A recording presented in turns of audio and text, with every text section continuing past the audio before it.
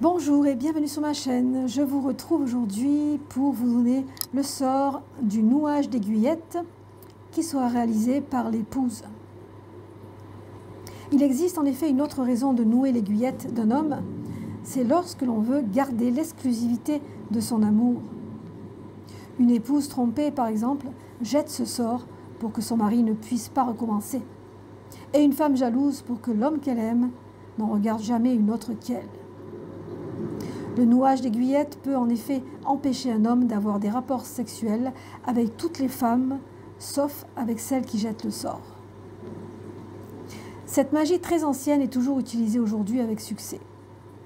Elle demande de la part de celles qui la pratiquent une bonne capacité de visualisation et beaucoup de détermination.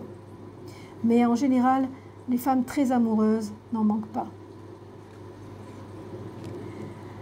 Les ingrédients pour réaliser ce sort: du sperme de l'homme récupéré sur un mouchoir ou un sous-vêtement, une cuillère à café de miel, de la colle à papier, une bougie blanche fine et quelques pétales de rose séchés.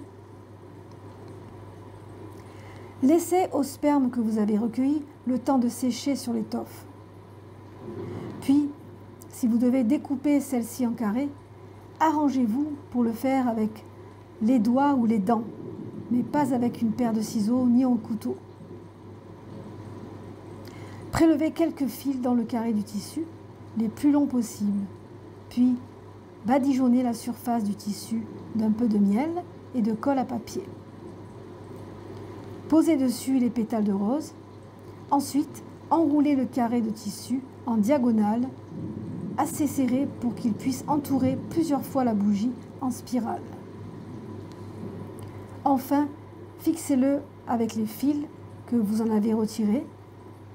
Et quand vous nouez ceci en les serrant bien, concentrez-vous sur la verge de votre mari et sur le fait qu'elle ne pourra plus fonctionner, sauf pour vous. Ensuite, collez le pied de la bougie au milieu d'une grande assiette par sécurité, allumez sa mèche et laissez brûler la bougie en une seule fois en veillant prudemment à ce que le tissu se consume au lieu de s'enflammer. Enfin, débarrassez-vous rapidement des cendres et des restes de la cire dans l'eau courante.